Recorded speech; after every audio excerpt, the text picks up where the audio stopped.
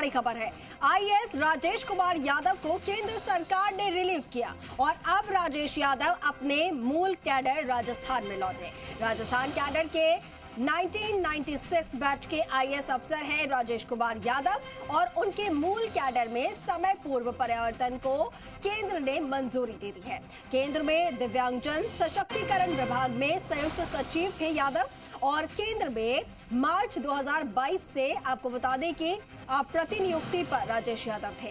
Personal ground पर केंद्र सरकार से लौटे मूल कैडर राजस्थान में और केंद्र से कूलिंग ऑफ शर्त के साथ उन्हें मंजूरी दी गई है।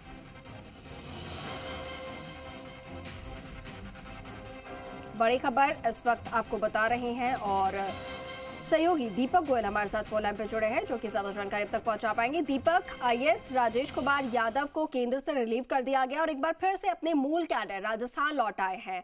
अब यहां पर उनकी क्या जिम्मेदारी रहेगी और किन शर्तों को लेकर उन्हें केंद्र से रिलीव किया गया है? देखिए, 96 बैच के राजस्थान कैडर के राजेश कुमार यादव आईएएस हैं। उनकी जो कह सकते हैं केंद्र में प्रतिनियुक्ति 11/3/2022 को उन्होंने बतौर कह सकते हैं कि ज्वाइंट सेक्रेटरी ज्वाइन किया था दिल्ली के अंदर, केंद्र के अंदर, और दिव्यांगजन सशक्तिकरण विभाग में वो संयुक्त सचिव के पद पर थे। अब उन्हें पर्सनल ग्राउंड और केंद्र में कूलिंग ऑफ शर्त के साथ उनको ये मंजूरी दी है। ऑर्डर हालांकि पहले उनके निकले थे, उनको कह सकते हैं कि डिपार्टमेंट की ओर से, और अब केंद्र सरकार ने उन्हें अपने मूल कैडर राजस्थान के लिए उनको रिलीव कर दिया है और शर्तों के अनुसार रिलीव किया है। और जो कह सकते हैं कि राजेश कुमार यादव हैं, उन्हें उनके मूल कैडर में समय पूर्व प्रत्यावर्तन को केंद्र ने उन्हें मंजूरी दी है।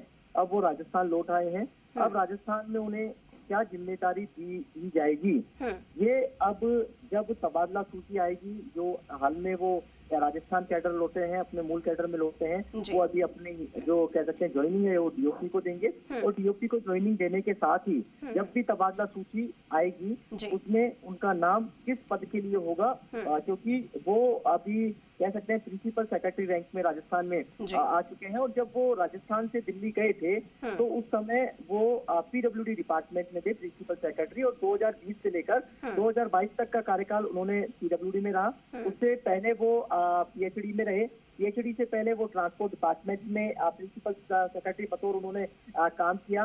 उन्होंने लेबर डिपार्टमेंट में, श्रम डिपार्टमेंट में भी रहे हैं वो। इसके अलावा जयपुर नगर निगम कमिश्नर भी वो रहे हैं।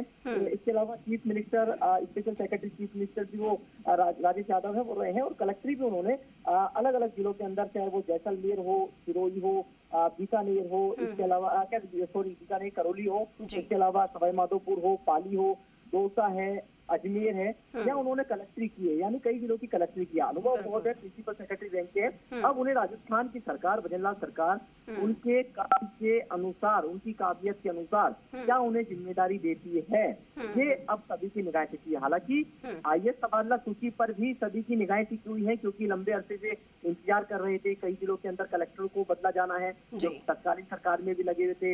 लोकसभा चुनाव से पहले इंतजार था, लोकसभा चुनाव होने के खत्म होने के बाद इंतजार था कि जल्दी तबादला सूची आएगी, लेकिन तबादला सूची नहीं आई। लेकिन इसमें जरूर है कि अब विधानसभा सत्र खत्म होने के बाद में एक जंबो एक तबादला सूची, आईएएस और एक आरएएस, ये दो तबादला सूची बड़ी लंबी फहरिस्त आएगी, जिसमें कई अफसरों के नाम होंगे। कई डिपार्टमेंट में सेक्रेटरी या प्रिंसिपल सेक्रेटरी हैं वो बदले जाएंगे। फाइनेंस का पूरा चेहरा है वो बदला जाएगा। इसके अलावा कलेक्टर हैं, जयपुर कलेक्टर हैं वो बदले जाएंगे। अजमेर कलेक्टर हैं जो पिछली सरकार में भी लगे रहे और लोकसभा चुनाव जिन्होंने कराया, विधानसभा लोकसभा, अब उनको बदलने की बारी आ गई है। यानी कि अब उनके कितने हैं बदले जाएंगे, नए अफसर उनको मौका दिया जाएगा। जो यूथ अफसर हैं, नए युवा अफसर हैं। तो और साथ में देखिए, अब राजस्थान में वैसे तो आईएएस की कमी है। अब गौरव गोयल हैं, वो लोकसभा स्पीकर के संयुक्त सचिव बन गए हैं, यानी लोकसभा सचिवालय ने उनको ऑर्डर निकाले। तो नई राज्यपाल के साथ सेक्रेटरी भी वहां पर लगाया जाएगा, यानी वो पद भी है, अब वो खाली होने जा रहा है। उनकी रिलीविंग के साथ ही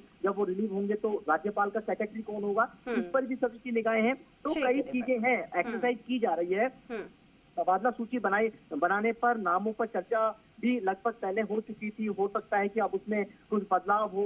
सीएम, चीफ सेक्रेटरी, डीओपी जो प्रिंसिपल सेक्रेटरी है, डीओपी प्रिंसिपल सेक्रेटरी हेमंत गेरा है, वो करीब 4 साल से एक डीओपी प्रिंसिपल सेक्रेटरी के पद पर है, उनको भी बदला जाना है। तो ये चीजें चल रही हैं। फाइनेंस है, अखिल अरोड़ा है, उनका नाम भी चर्चाओं में, वो लंबे समय से हैं। तो ये बिल्कुल बिल्कुल, तो कई अधिकारी हैं जो कि लंबे समय से एक ही पद पर, एक ही जगह पर हैं, उनके भी तबादले होने हैं। अब देखना ये होगा कि जो तबादला सूची है वो कब तक तैयार होकर आ पाती है। दीपक, आप बने रहिएगा हमारे साथ। एक और